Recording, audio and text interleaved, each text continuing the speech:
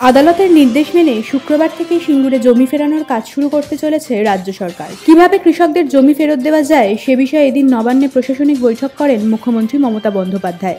বৈঠকে উপস্থিত ছিলেন মন্ত্রী শোভন চট্টোপাধ্যায় সহ সিঙ্গুরের বিধায়ক রবীন্দ্রনাথ ভট্টাচার্য। বৈঠকের পর মুখ্যমন্ত্রী জানান, শুক্রবার থেকে জমি জরিপের কাজ শুরু হবে। 2 সপ্তাহের মধ্যেই এই কাজ করা হবে। সিঙ্গুরের সব কৃষক তাদের জমি ফিরে পাবে।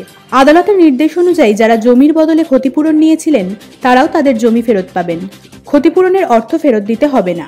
যারা ক্ষতিপূরণ নেননি তারা জমি ও ক্ষতিপূরণ দুটোই পাবেন। বুধবারই সুপ্রিম কোর্টের রায়ের পর সাংবাদিক সম্মেলন করেন মুখ্যমন্ত্রী। সেখানেই আগামী শুক্রবার জেলার প্রতিটি ব্লকে ব্লকে সিঙ্গুর উৎসব পালনের জন্য দলকে নির্দেশ দেন। এদিন সে কথাও ফের একবার তুলে ধরলেন তৃণমূল নেত্রী। আগামী 2রা সেপ্টেম্বর বিরোধী ট্রেড ইউনিয়নগুলির ডাকে সাধারণ ধর্মঘট। সেই ধর্মঘট যাতে রাজ্যবাসী না মানে, এদিন সেই আবেদনও করেন মমতা। আগামীকাল কোনো বন্ধ বাংলায় হচ্ছে না, বন্ধ রাজনীতি নয়। আমরা বাংলাকে সচল রাখার রাজনীতিটা করি। অনেক ক্ষতি হয়ে গেছে, শুধু বন্ধ করলে কখনো কোনো সমস্যার সমাধান হয়নি। Bureau report, Kolkata 24/7।